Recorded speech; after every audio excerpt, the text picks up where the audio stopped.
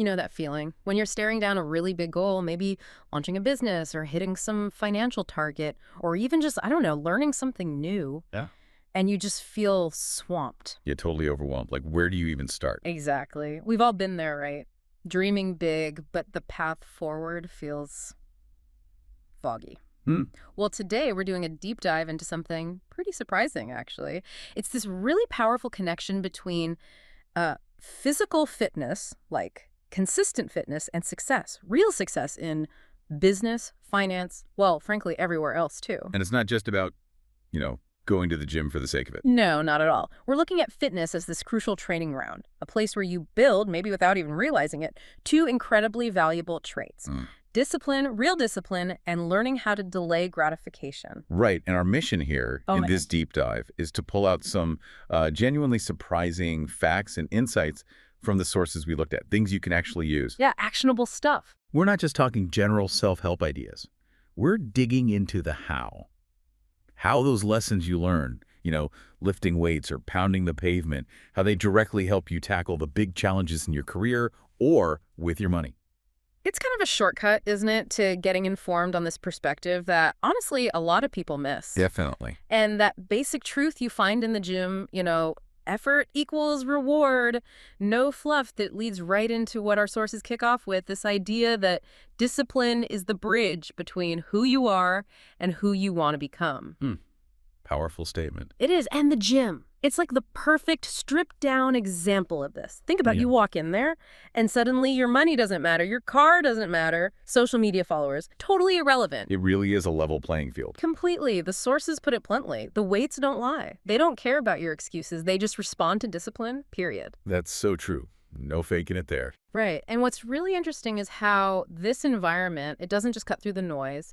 It forces you to face, well, yourself, your own Right. commitment. Yeah, your own resolve. It builds this core mental strength you can't really fake. So what's the biggest lesson then from this no excuses zone? What does it teach us that maybe we don't get elsewhere? Well, exactly that. It shows that effort, real consistent effort, is what counts, not just showing up once. Yeah.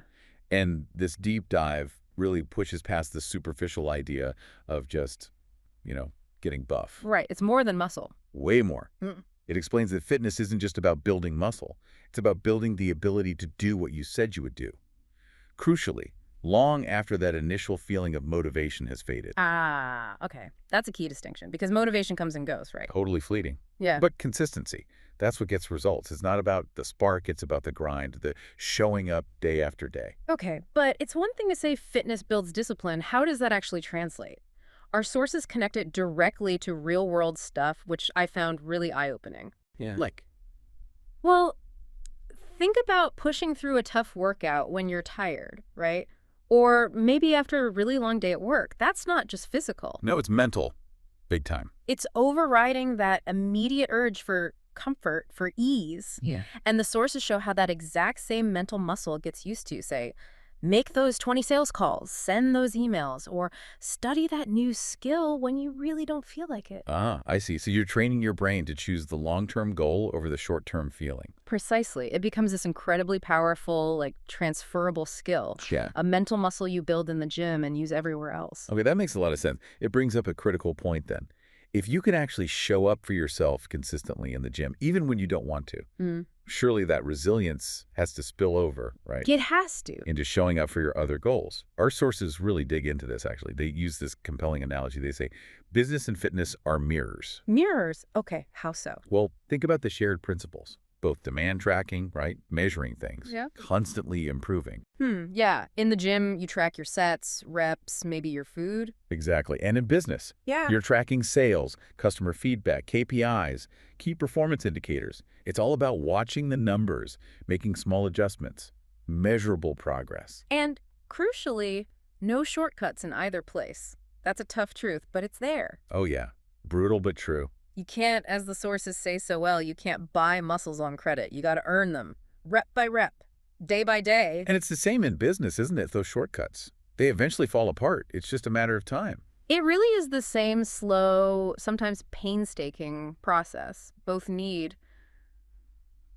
consistency, patience, and pain tolerance. Those three things. Essential. Which is why, the sources observe, some of the most disciplined entrepreneurs on the planet are also the most fit. It's not just a coincidence. No, it suggests a direct link. The same underlying character traits are being built and sharpened in both arenas. So what is it about these demands, consistency, patience, pain tolerance that makes this connection so strong? Why do they feed each other like that? Well, one huge part of it is how fitness is basically a masterclass in delayed gratification. Okay, explain that. You put in the work today, right? Yeah. You lift, you run, you push yourself, but the real results, Yeah. the changes you can actually see and feel, they often don't show up for months. Right, you don't get ripped after one workout, sadly. Exactly. It forces you to take a long-term view, Yeah. to trust the process even when you're not getting that instant reward. And connecting that to the bigger picture, business is the same. Or it's the exact same way. Yeah. You put in the effort, the learning, the grind, hours and hours of it, Yeah.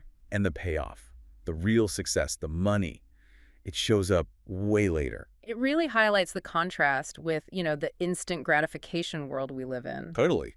Our sources are pretty blunt about it. Lazy people fail at both fitness and business. Ouch. Right. But probably true. Because they want the results tomorrow. The six-pack, the $1 million, instantly. But the sources argue the universe rewards those who outlast everyone else. That's about endurance, isn't it?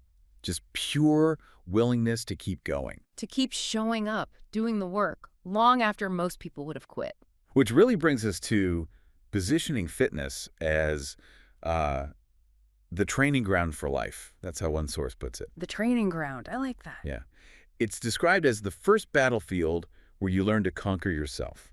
Think about that. It's not about beating the weights or the distance. It's about beating your own internal resistance, your own desire to just stop. Exactly. Conquering that voice that wants comfort, that lacks motivation, building that inner strength to just push through. And the implication then is huge. It really is. Once you conquer yourself, Yeah. the sources suggest you can conquer business, money, and the world. It's like the first foundational victory. Wow. Okay, so wrapping this up, what does this all mean for you listening right now?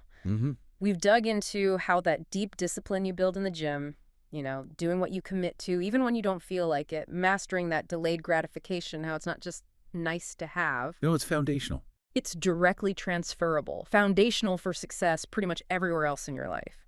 It's this amazing connection we often just dismiss as, oh, that's just exercise. When really it's powerful character training. Exactly. And that leaves us with a really provocative thought to chew on. A challenge straight from the source material for you to consider. Okay, let's hear it. If you can't stay consistent with your own body, how do you expect to build a $1 million business? Oof. Direct. And there's more. If you can't control what you eat, what makes you think you can control your financial destiny? Wow. That's definitely something to reflect on. A powerful question for your own journey, isn't it? For sure. Something to think about.